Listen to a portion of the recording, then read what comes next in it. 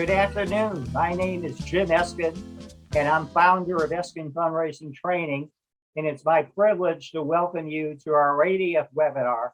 You know, there's a question: can you make fundraising fun? Can you make fun giving money fun? And we have two experts today, one at the national level, one at the local level, who can give a resounding answer of yes. One is an old friend. I don't mean he's old in age, but I remember in 2009, as we were beginning our journeys, we had a very eye-opening first meeting, and Scott helped direct the path that I'm doing now. Thank you, Scott. And we're going to get a little more about Scott. A new friend is Charlie Mulligan. And let's start with you, Charlie. Charlie, in the audience, we have a combination of volunteer and professional nonprofit leaders. We have CEOs, we have executive directors, we have directors of development, we have board members, we got volunteers, we got donors, and we call this our learning community. Charlie Mulligan is co-founder and CEO of GiveGab, and I'm kind of jealous. I've been trying to do some homework. GiveGab is the world's latest online platform for giving days and nonprofit giving networks. And of all the reviews I've read, everybody loves working at GiveGab, and every client loves working with GiveGab. Charlie, can you take a minute or two to tell us about GiveGab and what is your gig? What is your secret? Everybody that works with you loves you. Yeah, thanks. I mean, I'm really glad that's the case. Well, hi everybody. It's great to be here. Well, real quick, GiveGab is a fundraising platform for nonprofits, and we really specialize at fundraising at scale. So for that, we mean generally we mean giving days, but a lot of other types of events where there's sometimes hundreds of nonprofits that participate at the same time in the same event, like the Big Give SA, but also giving days for higher ed and other organizations where there's lots of sub-departments that are giving money at the same time. So like, for example, in Ithaca, New York, where I live, we have Cornell University that has a giving day with like 150 departments that are raising money all at the same time. And so that's really where I think we're different than a lot of people, is that's what we specialize in. And when you ask about like, you know, why do customers love us? I think we're obsessed with that. I mean, so our values, number one value is customer love is what drives us. I don't think there's a single employee at GiveGab that hasn't heard me say that about 10 times a day since they've gotten here. So, but I think it's also, we try to make sure that employees love working at GiveGab and try to make it as fun as we can. And we really think if we do that, that people will kind of feel that energy and want to work with us. And so that's been our goal. So, you know, it's great to hear that people feel that way. That's an ongoing battle. Every day we get up and think, what can we do for our customers that someone else might not do, or some way to go about it. Charlie is going to provide a national perspective on giving days. We're going to lean heavily. Scott McAninch and I have known each other, I think it's 13 years now. And Scott, I personally want to thank you. You have not personally, in conjunction with tremendous board and other volunteers, you have led the creation of a mighty force in the Nonprofit Council, which has been the sponsor of the Big Give for South Central Texas. And get this, folks, since its beginning, was it 2014? When was the first Big Give? And they have pumped over $35 million into the nonprofit sector. So thank you for your leadership. And why don't you take a minute or two and tell our learning community about the Nonprofit Council? Sure. Well, back up a little bit about the 35 million, and I appreciate the accolades and praise, but you know, we always try and say it's, you know, the Big Give is the platform and GiveGab is the engine behind it, and the council is sort of the face, and the nonprofits are what drive that donations and the community support to rally that online giving. So I appreciate that. And without the nonprofits participating, we wouldn't exist. So a shout out to everyone who participates every year in the Big Give. The Nonprofit Council has been around since 2003, and we're a membership organization of nonprofits in and around South Texas. But what sets us apart from other membership organizations like the National Council on Nonprofits is we are focused on the CEO and the executive director. So those are our kind of clients and our customers. And we support, connect, and strengthen them through a variety of programs. And primarily it's a connectability. So we're the only place in San Antonio where you can connect with over 200 of your peers, either virtually through our connected email service that they share information with, or we bring them together in person quarterly and bring in some great speakers to sort of, kind of shine the collective spotlight on what's going on in San Antonio around leadership development. We have a strong board and we have multiple committees that really drive the programming. It's not the staff or I that do that. It's the membership. And we take a lead from the membership as to what they're looking for or what's missing in the community. And our leadership development committee tries to fill that gap. So it's a great organization. I've been with the council since 2006 and grown from one staff member to we're now 3, which is still a small staff doing a lot of work. You tripled your staff. Yep. It's taken a while, but we have. And Talking about staff, I want to introduce our producer, is John Largent, who is president of Game Day Media. John, if we, for the moment, we'll want people to come back on the screen, but for the moment, if we just want to show myself, Charlie, and Scott, what do we have to do just to show the 3 of us? And then we'll let others come on. They can either type in the chat space or come on camera. But right for the moment, we just want to show Charlie, Scott, and myself. What do we have to do, John? Yeah, all you have to do is go to the top corner of your screen, the top right corner where it says view, click on that and just click on speaker perspective and you'll see only the speaker on your screen. Did anyone hear that? So if you explain that again, John. Yeah, if you want to only see the speakers, just go to the top right corner of your screen and there is a little pop-up that says view and it's got a little checkerboard on it and just click on that and click on speaker and that will show the person talking. Okay, well, quite not. We can't do that. We need the audience to do that. Is that right? Correct. Everyone has You heard John, you want to click on speaker for the moment. And then if you want to come back on, John, let's first have them turn on speaker and then tell them what they do to come back on. First of all, Kathy, Carol, Alessia, Jane, Michelle, Cheryl, can you, what do they do? I still see them. They need to click on speaker. Yeah, and you'll have to do that too, Jim. So you'll need to go to the top if you want to just see this, and whoever is speaking will pop up on the screen. And right now that's okay. So. I've done that too. Okay, let's go on. We're going to discuss giving days. Again, we're going to look on Charlie to give us a national perspective. And then Scott is going to provide a perspective for South Central Texas. Okay. First of all, let's start from square one, Charlie, and then I'm going to ask Scott to relate it to South Central Texas. Charlie, can you tell us about the history of giving days? When and where did they start? Well, I think they really start, so they predate Give Gab. So a lot of this we kind of figured out along the way, but I think they really started with Hurricane Katrina. Hurricane Katrina ended up being one of the first really big events where people raised a lot of money. It wasn't an event, obviously, but an occurrence where a lot of people raised money online for the first time.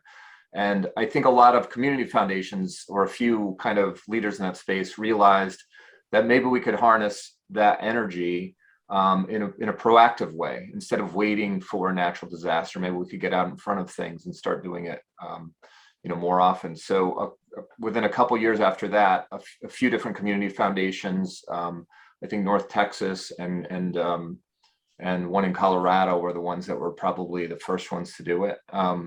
They realized they could do a giving day and try to raise money, all at one time.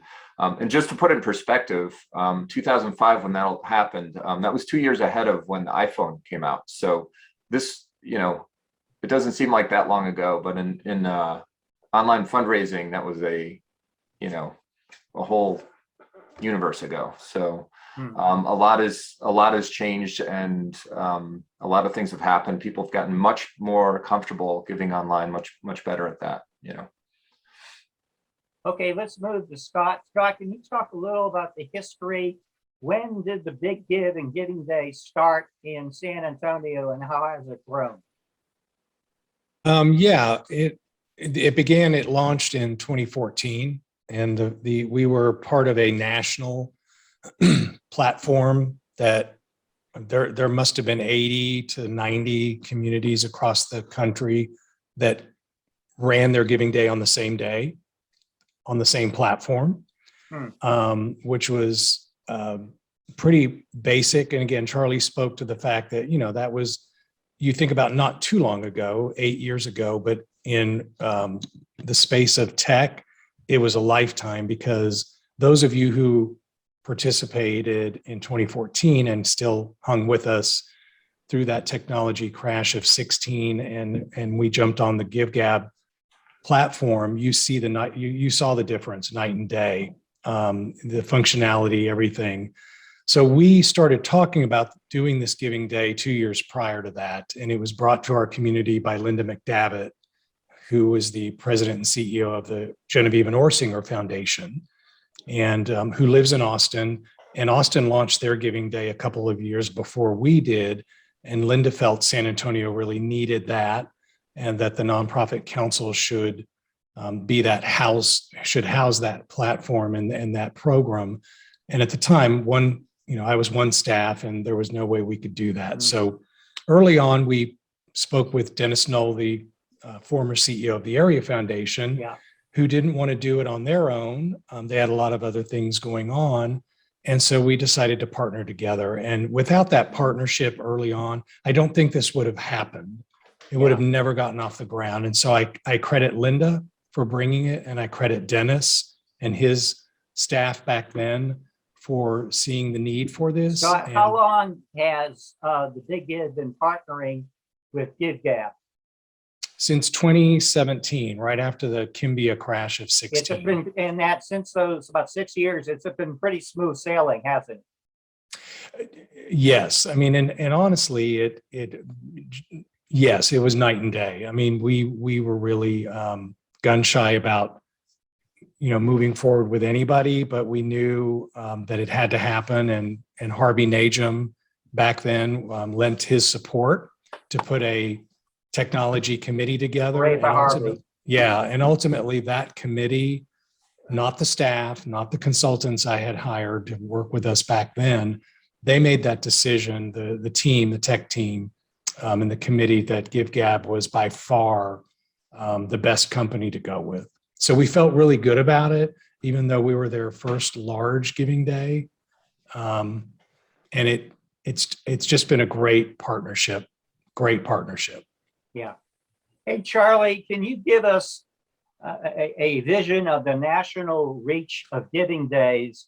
How many cities, organizations conduct the Giving Day, and collectively, how much money is raised each year?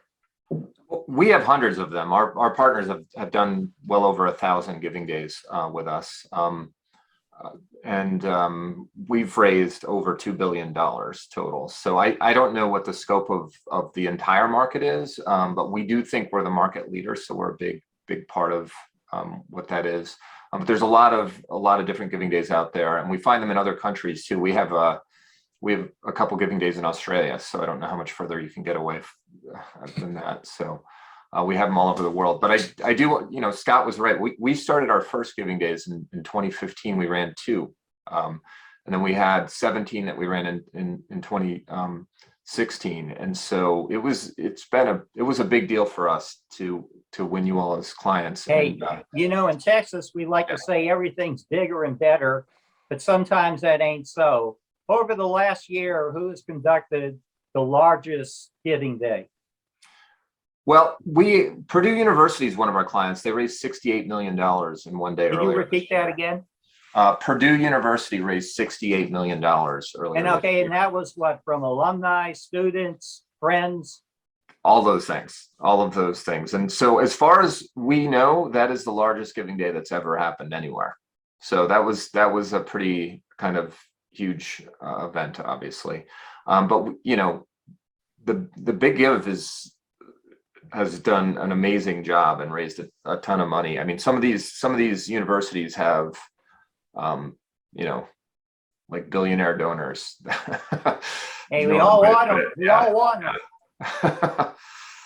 Hey, Scott, tell us a little about the growth in the Big Gift. Where did it start at 2014, and how, you know, what's the trend line look like for South Central Texas?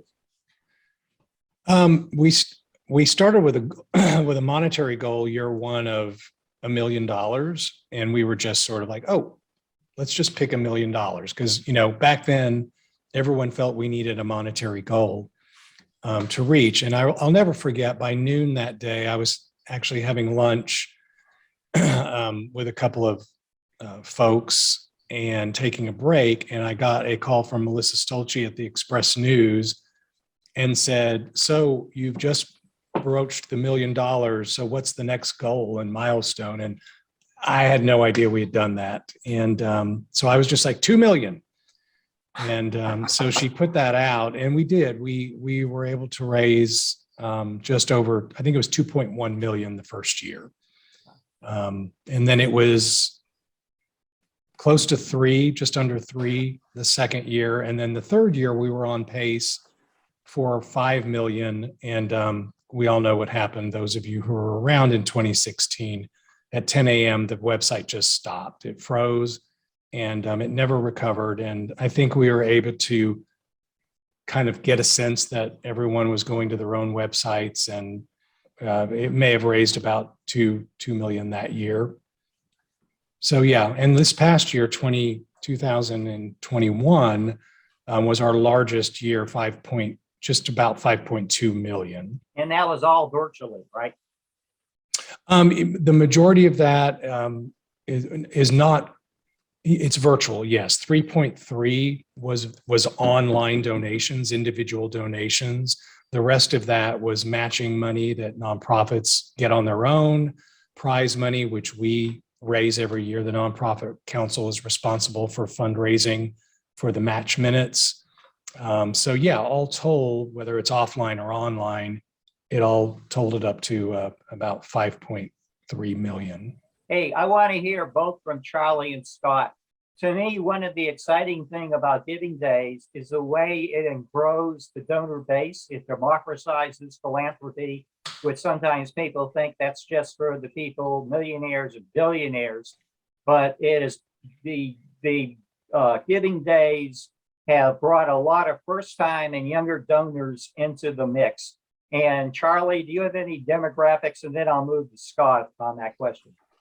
Yeah, I mean, depending on the giving day, the demographics can be all over the board. So, I mean, I think there's sometimes a perception that, you know, it's just younger donors that give on these days, but we see people from all age groups giving. I think one of the things that's really exciting about Giving Days is that you get a lot of first-time donors, and you know, even as you all know, even if someone just gives a $10 gift. Usually, I know in San Antonio is usually the minimum $10. I mean, our minimum is $10. I know that. Charlie, how nationally is there? What's the minimum look like nationally? I mean, I think that tends to be it. People have a choice in every community, so they do different kind of choices around that. But I mean, you know.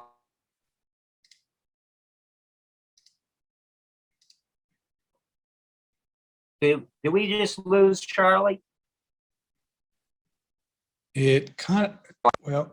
How about now? Sorry about that. Yeah. I have this weird thing where my sound shuts off and then my video will freeze. So I have to shut them both off and on real quick. Okay, we see you fine. Yeah. So we're talking about younger and first-time donors. That's been the experience here in South Central Texas. Does that extend around the country? Yeah, I mean, there's a lot of first-time donors. I mean, I think that's really even a better case. I mean, obviously, raising money is an amazing thing in itself, but the new donors, I think, are almost a more important thing on giving days, in my perspective. Yeah. And I agree. I see with us last year, 35% of the donors that self-reported said that was their first time to give through the Big Give. Hey, And that's Scott, a big that's number. a big point. Scott, do you mind repeating that? That's a big point. Yeah, 35% of the donors who we surveyed, and again, that was a good third of the, several thousand donors that we had, said that that was their first time to participate through the Big Give. And, to me, that's new donors coming into the website that we hope that they're coming because we invest a lot of money in advertising and marketing beyond what the nonprofits are doing. They're all helping to generate the buzz, but a lot of times they're reaching the same donors. So it's our job to advertise and spend money in the community to kind of, let folks know that Big Give is around. Even though we've been around for 8 years, you would be surprised how many people on the street or in a restaurant, you're like, hey, have you heard of the Big Give? And they're like, huh? It's sad, but it's true. So we have to continue to invest marketing dollars to make sure we advertise. By the way, we have plenty of time.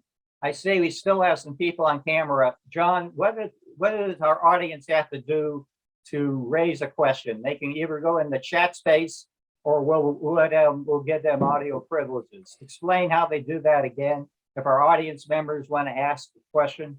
Yeah, there's several ways. They can enter a question into the chat. They can raise their hand and I will call on them and they can actually unmute themselves and pull themselves up on the screen.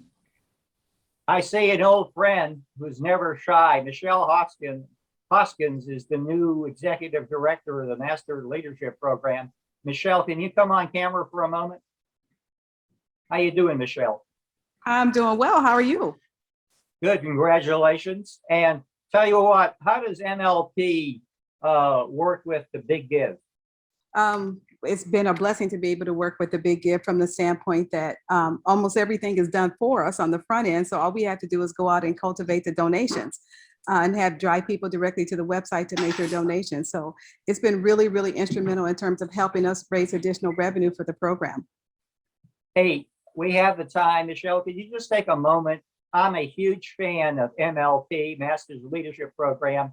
I'll give you a whole minute. Can you talk about the concept of the Master's Leadership Program? Sure.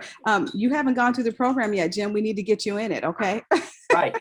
And matter of fact, we have two of our class graduates on this call as well, Jane Fritz as well as Sylvia Rodriguez. So we're real happy to have them be part of the program and part of this call. But Sylvia.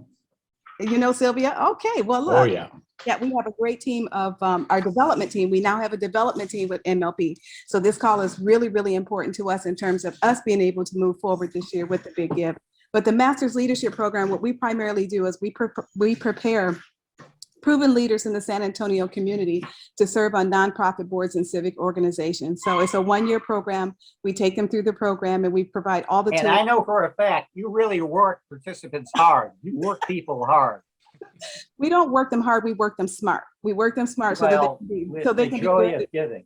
Right, exactly. So they can be very, very efficient in terms of the services they provide for the many nonprofits we serve.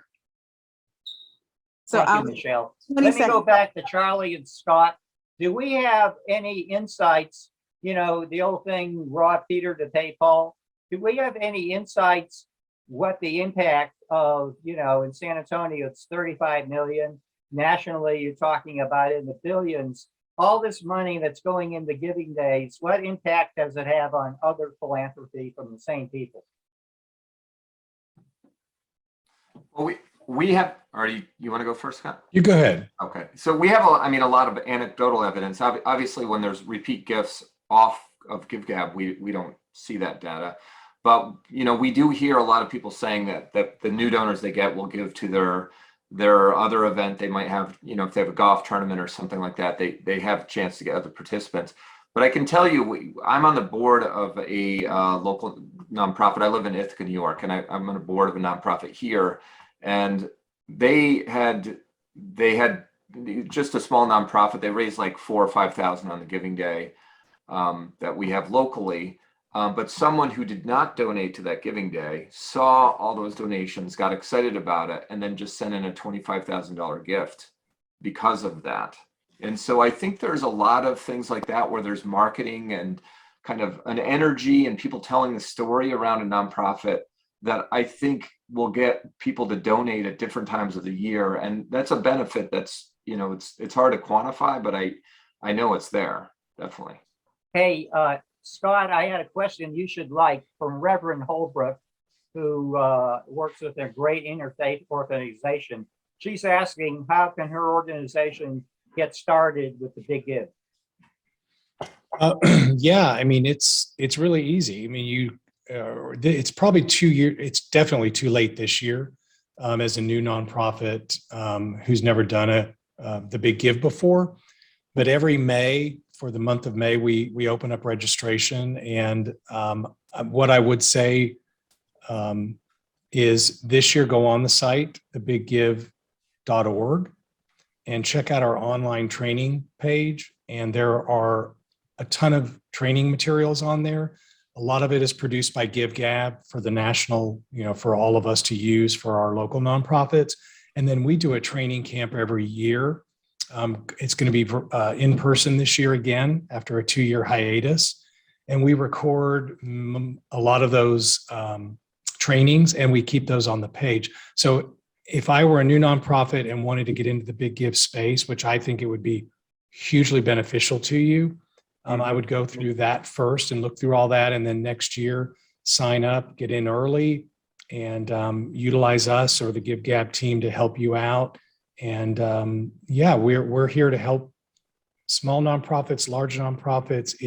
It's open to everyone. Hey, Reverend Holbrook, I've never known. I call the nonprofit council, and usually it's within an hour, always the same day that I get a phone call and email return. Reverend Holbrook, can you come on camera for a second? You have a great interfaith organization that a lot of people might not be familiar with, and I was wondering if you could take a minute to describe it. Can you come on camera, Reverend Holbrook? I'm on camera, Jim. Tell us. It's good to see you, Wendy. Can I call you Wendy and Ruther? Could you talk about the work of your interfaith committee? The Interfaith San Antonio Alliance was established in 2018, and it was the brainchild out of Wagner School of Public Policy at NYU. But we, San Antonio, were picked as the beta of this national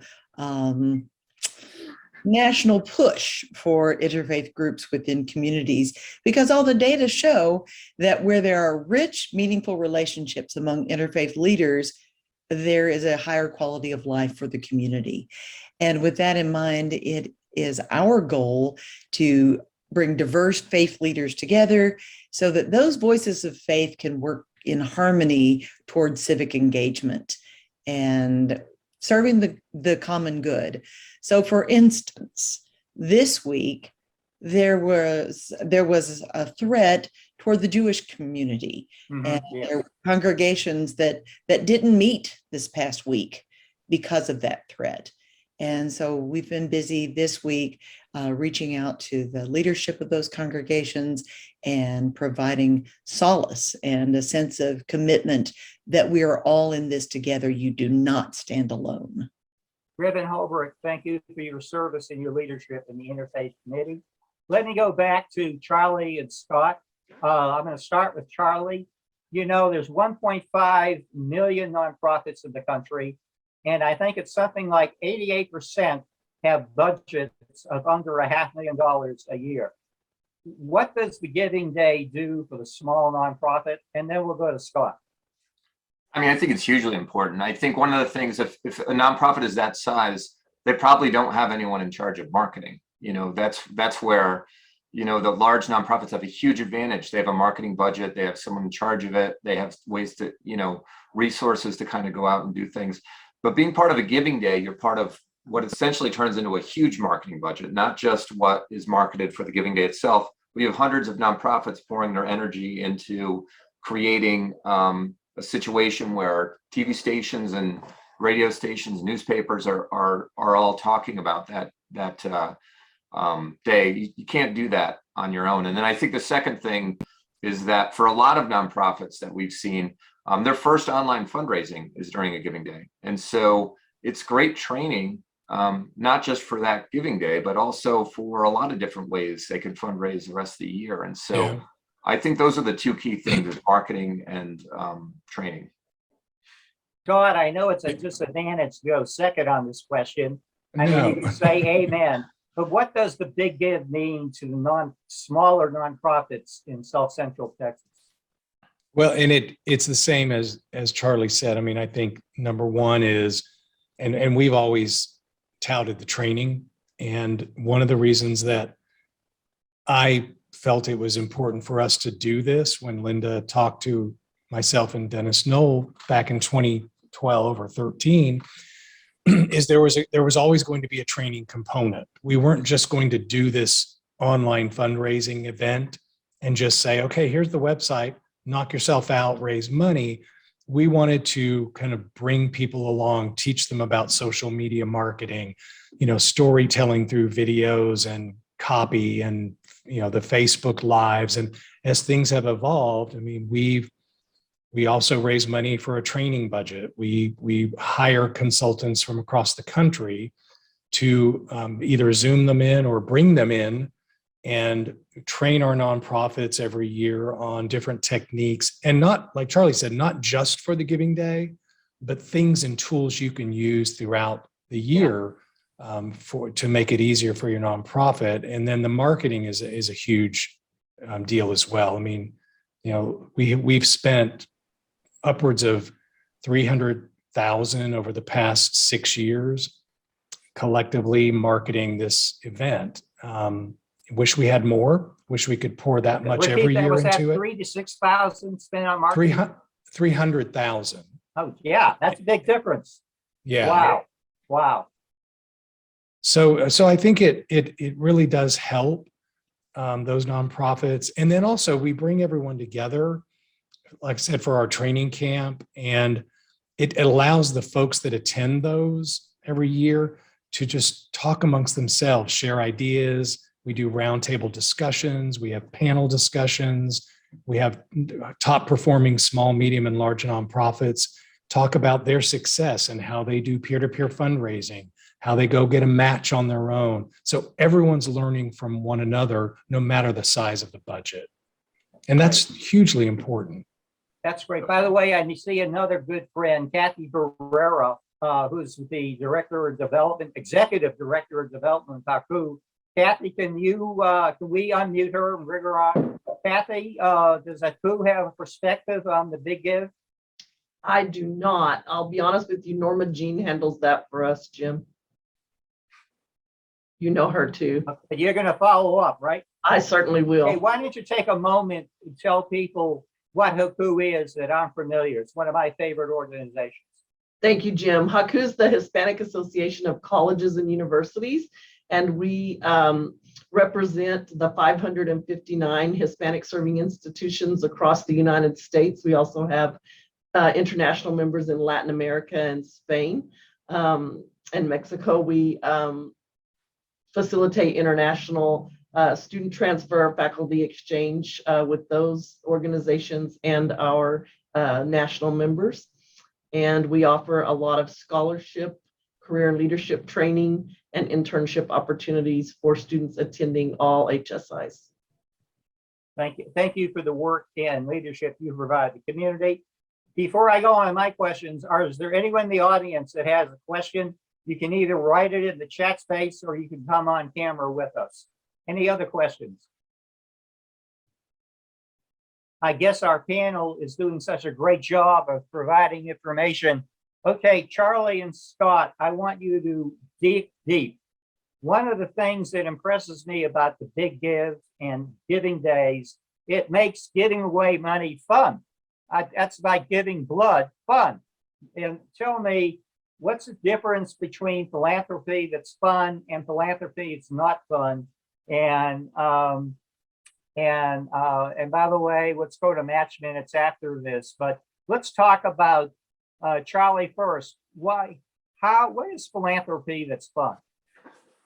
I mean, to me, when you say fun and philanthropy, I think it's really energy that you're talking about. I think Okay, let's go with energy. Yeah, and the reason I say that is because I think you're trying to create a sense of urgency on a giving day that creates, there's people that are going to do a lot of things that day that they wouldn't normally. So when you get people to be peer-to-peer fundraisers, if you said, hey, could you reach out to people over the next 3 months or something like that, they're probably not going to reach out to anyone. They're going to procrastinate. They're going to not do whatever. But if you say, can you reach out to people over the next hour, you're going to get a lot more activity there, and they can see the results right away. And so it is more fun for them because instead of making an ask and taking quite a while to see the results, you're watching things in real time happen real fast. When you see that ticker spinning and other things like that, it's exciting. And when you see one of your friends that you might have personally asked to donate, and they respond and do, I think that's a lot of fun. And then there's something about being in a city that's having a giving day on the giving day, that energy is just awesome. I mean, that's you asked before why customers love working with GiveGab. Like, we love what we do. This is so much fun. I love going to these events. I mean, for me, I get to see the whole country one piece by one piece, on their best day, talking about the amazing things about that community. And every time I go away from a place, especially a place I've never been before, I have amazingly positive feelings about them because I hear all these great stories. And so I think that's, if that's fun, if that's energy, whatever you want to call it, it's an amazing thing, Now, Scott, before we ask you to talk about the energy, I believe it was Michelle want to know about the matching periods during the big give. Was that you, Michelle? Yeah, can you talk about the matches that have been a part of the tradition of the big gift in South Central Texas? Yeah, and actually those started for us in 2020. And if I'm not mistaken, I think GiveGab launched those a year or two before. And it was something that myself and staff were not really, we just didn't know enough about it. But anyway, because of what happened in 2020, we had to switch our giving day within 4 days from the regular March date to a relief site. And that was at the request of the mayor, calling me up on that Sunday. That will turn your hair gray. Yeah, and it literally did. And I was traveling in from Boston on a quick weekend birthday vacation and had to get out of there as quick as I could. But I remember then reaching out to Charlie before I said yes, that we could do this, and asked him if it was feasible to do that. And he said that he and his staff would work 24/7 to make it happen. So between all of us, we were able to do it. But that being said, the reason I talk about that's when we launched them is we had this pot of money that we had raised for prize money that we had always done, like, here's an hour, win $1,000 with the most unique donors. Here's an end of day prize, raise the most money and you'll win it. So we didn't have enough money, we felt, to really kind of make that happen, to bring it back in September. So I reached out to our project manager and said, we'd like to turn everything into match minutes. I think it's the most effective way for us to be fair to everyone and everyone have a chance to get some sort of incentive dollars. And I spoke to all the donors who had given us and donated that prize money, and everyone agreed. So we did those and we found they were a huge success.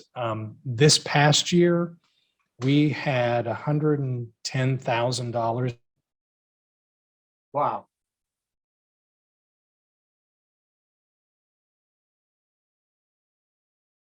I think we lost Scott for a second. John, are you with me? Look like he is frozen in time. Okay. Charlie means you're going to have to take a few more kicks. Oh, is Scott back? Scott, are you back? Yeah, I'm back. Sorry. Hey, listen, we had a question from Jane Fritz. What type of training is available from the Nonprofit Council for organizations that are brand new to the Big Give? As I mentioned before, the trainings that are on our Big Give training site, thebiggive.org, is hugely beneficial. There's everything from social media to developing your plan, starting your page, things like that, which is separate from the nonprofit council. We don't necessarily do trainings for our membership. We don't want to compete with the Area Foundation, who does a ton of trainings, monthly, weekly, yearly. And so we've stepped out of that space, but our trainings are focused on the Big Give, which then in turn you can use year round for your development and fundraising needs. As far as the nonprofit council, we basically just bring speakers in on topics and develop topics through our membership, what they're wanting to see, what's not being done in the market.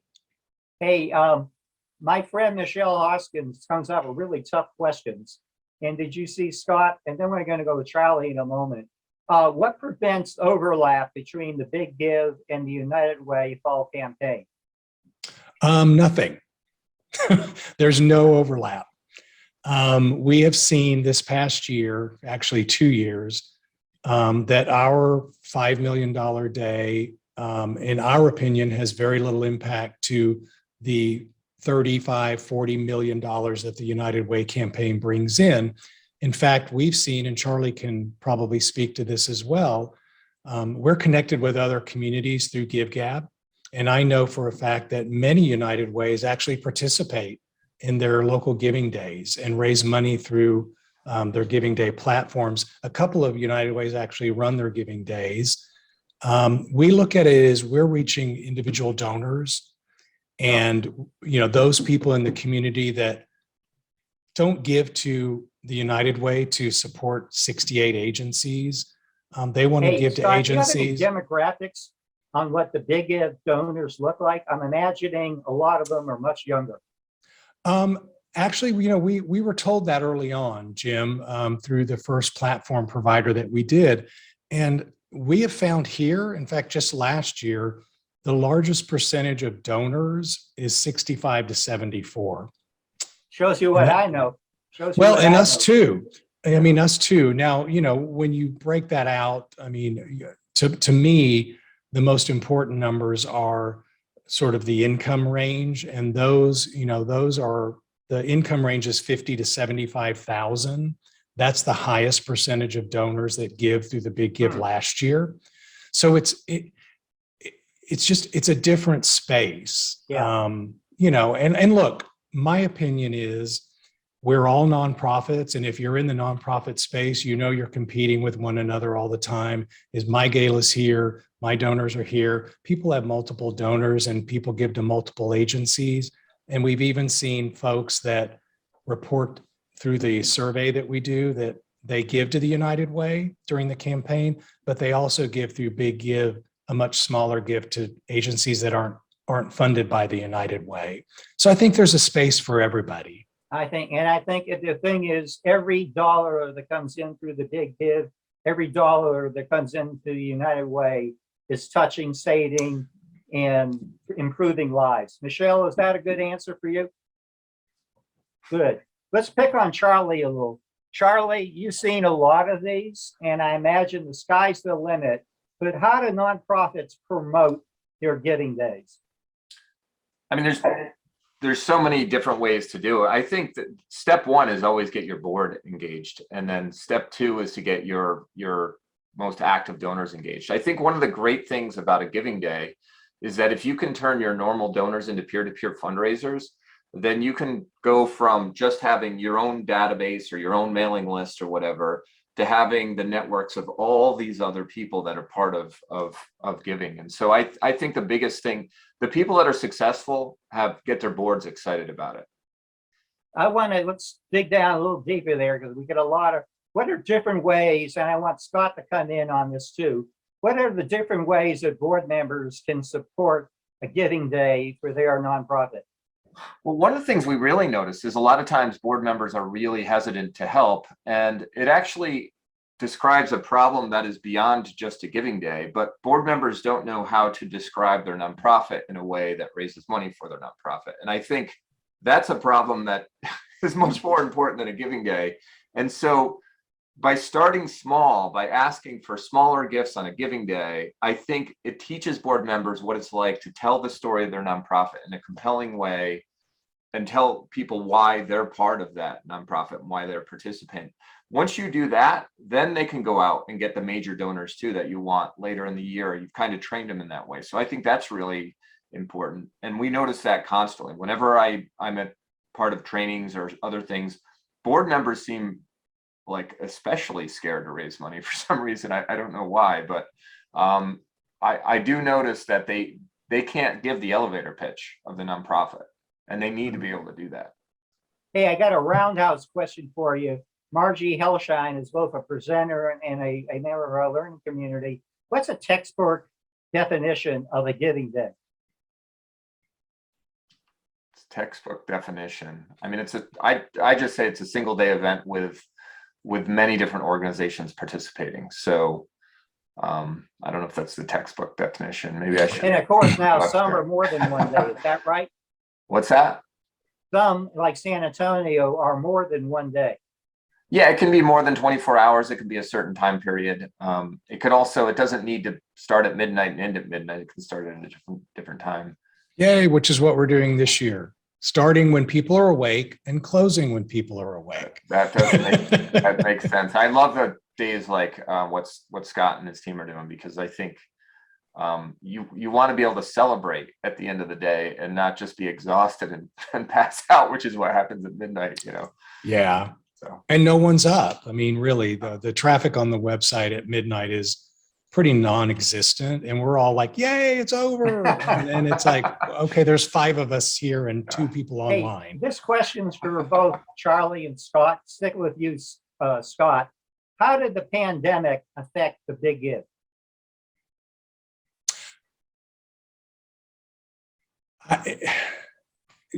To me, I think it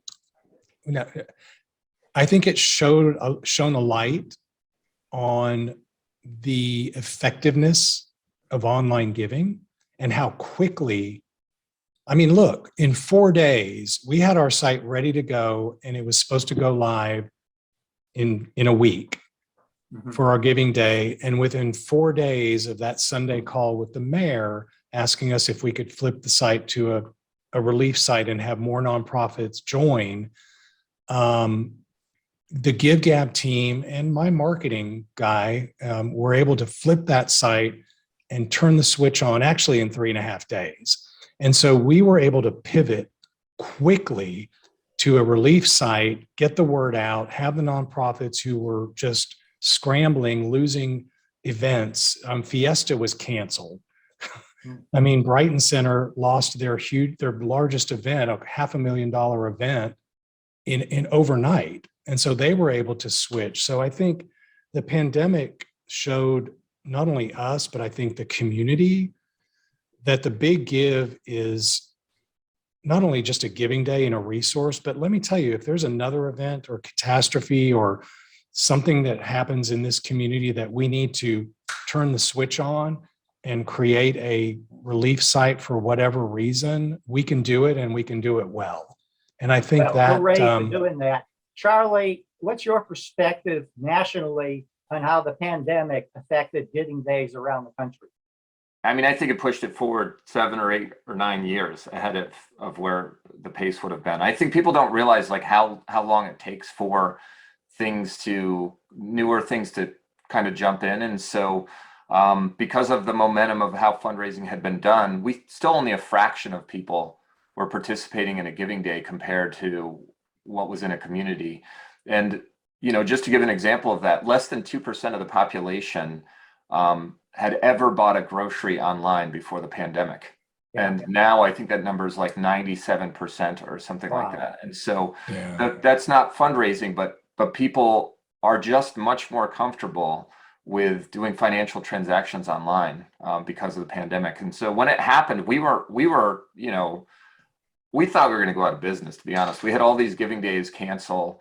We have a ton of higher ed customers that they all canceled their giving day because their campuses were shut down. And so we were just Trying to have figure a out. national perspective. What's the calendar of giving days look like? Are they concentrated in the beginning of the year, the mid of the year, end of the year? What's the calendar look like? I mean, the busiest time for us is from the beginning of, or the middle of February until about the beginning of May, and then from the middle of September until about the middle of December. And so in the summer, like right now, there's far less giving days. July and August, there's just less. And then January, there's less. But it's getting to the point where there's giving days all throughout the rest of the year. So they used to just be in a May timeframe, but I think that was because the first main company in the space, Kimbia, really pushed May. We know that we eventually acquired Kimbia, so we kind of know their goal was to try to have as many giving days at the same time period. They thought that was easier. Our goal has always been to have them whenever people want, and so I think people have been moving them to different times. And so, for example, if May is a great time in the Northeast, but it sounds like in San Antonio it would be maybe too warm by that point, or maybe September is a better time for you for various reasons. Like there's regional reasons to have a giving day, and you should pick the best time for you in your area. Yeah. Let's start with Scott, then go to Charlie. My Aunt Tilly would put this question to me. Don't take it as negative, but roughly what type of cost of administration goes into a big gift? What's the cost of administration?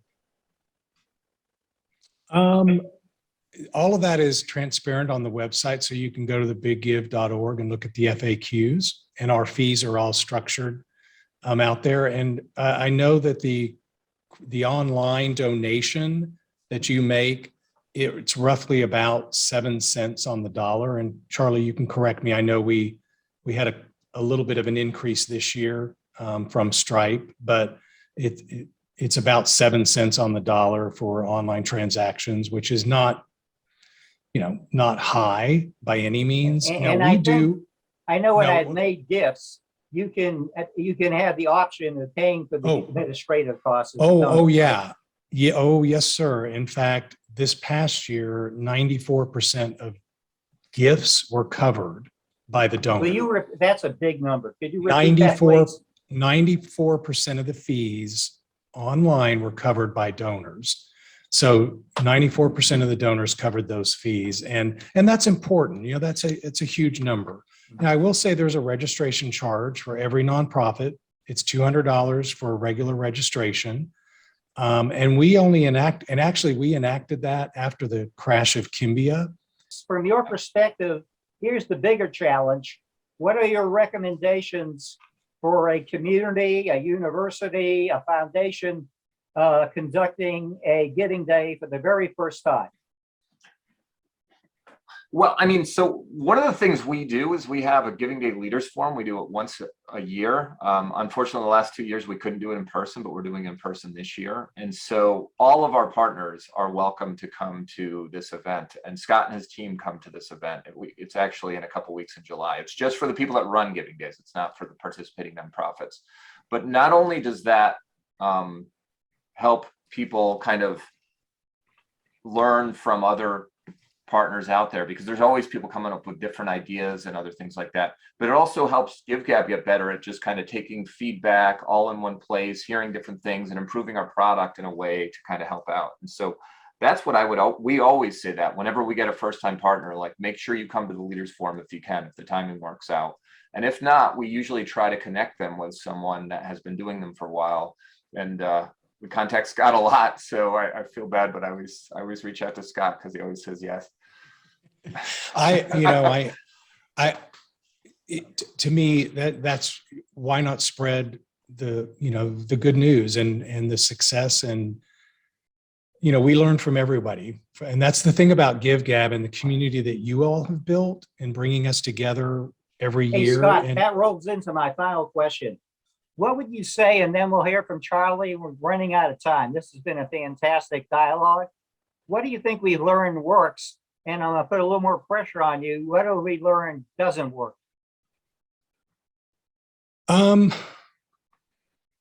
I think we learn from each other. I mean, I've heard from communities, look, to me, I would have never leapt it or jumped into the Match Minute space without knowing the folks in Louisville, Kentucky, very well. I went and attended their day like 6 years ago. I would have never ran into Chris Strub, who we have hired for the last 4 or 5 years to help us with our social media and live events and everything, the Giving Day here. Things work for different communities. And what's nice is you try and pick and choose, like, what you think would work in your community, and you just give it a shot. I mean, Yeah. And Charlie, I want to give Charlie a minute on that. If you were to synthesize into 1 minute, what do you think we've learned works and what have we learned doesn't work, Charlie? I mean, we've learned a million things that work and a million things that don't work over time. I think one of the biggest things is making sure that you really focus on the nonprofits that are engaged and want to participate. I mean, there's no such thing as magic money online. So if someone just wants to put their name out there and do nothing, they're probably not going to raise a lot. And so the people that are willing to kind of learn and take your feedback and just do a few simple things on the day will be successful. So that's the key. And to that point, just Yeah. really quick, that is so true. When we started the fees of $200 to register, prior to that, we had about 900 nonprofits participate in our Giving Day, 14, 15, 16. But of those, there were 300 to 400 that either raised zero or raised less than $100. And so our feeling was not only the sustainability piece, but also there's got to be a little skin in the game, and you got to make sure that you are going to participate and you're going to get everything out of it, attend trainings, and really it's a fundraiser. It's just like anything on your Hey, development listen, folks, we're out schedule. of time. I want to thank my good friend Scott McAninch. The nonprofit council through the Big Gift has pumped more than $35 million into our nonprofit sector. And I want to thank my new friend, Charlie Mulligan. And if I read your numbers right, the Give Gab has worked with organizations like the Big Give in South Central Texas, and you all have bumped $2 billion into the nonprofit sector. So I want to thank you both for your leadership, democratizing philanthropy, where younger people, smaller donors, more people can have energy and know what it feels like to be a donor. So thank you for the commitment and the leadership your respective organizations have provided. And I want to say we're going to put a short summary of this discussion on LinkedIn and on Facebook. And then our producer, John Largent, is going to take a little time. I told him he's going to clean it up a little more. And tomorrow morning, we're going to put the recording on LinkedIn and on Facebook. We're also going to send it to everyone who registered for this. So thank you, Charlie and Scott, for the wonderful work that you and your teams do. And here's to Giving Day. It's just getting bigger and better. Thank you. And Thank you, Jim. on July 27th, we're going to hear from Jasmine Dean on what's it like to start and launch a nonprofit. So thank you, everyone in our learning community, for what you do to touch, to improve, and save more lives. And we'll see you soon tonight. Thank you very much. Thank you. Bye, Sylvia. Bye, Michelle.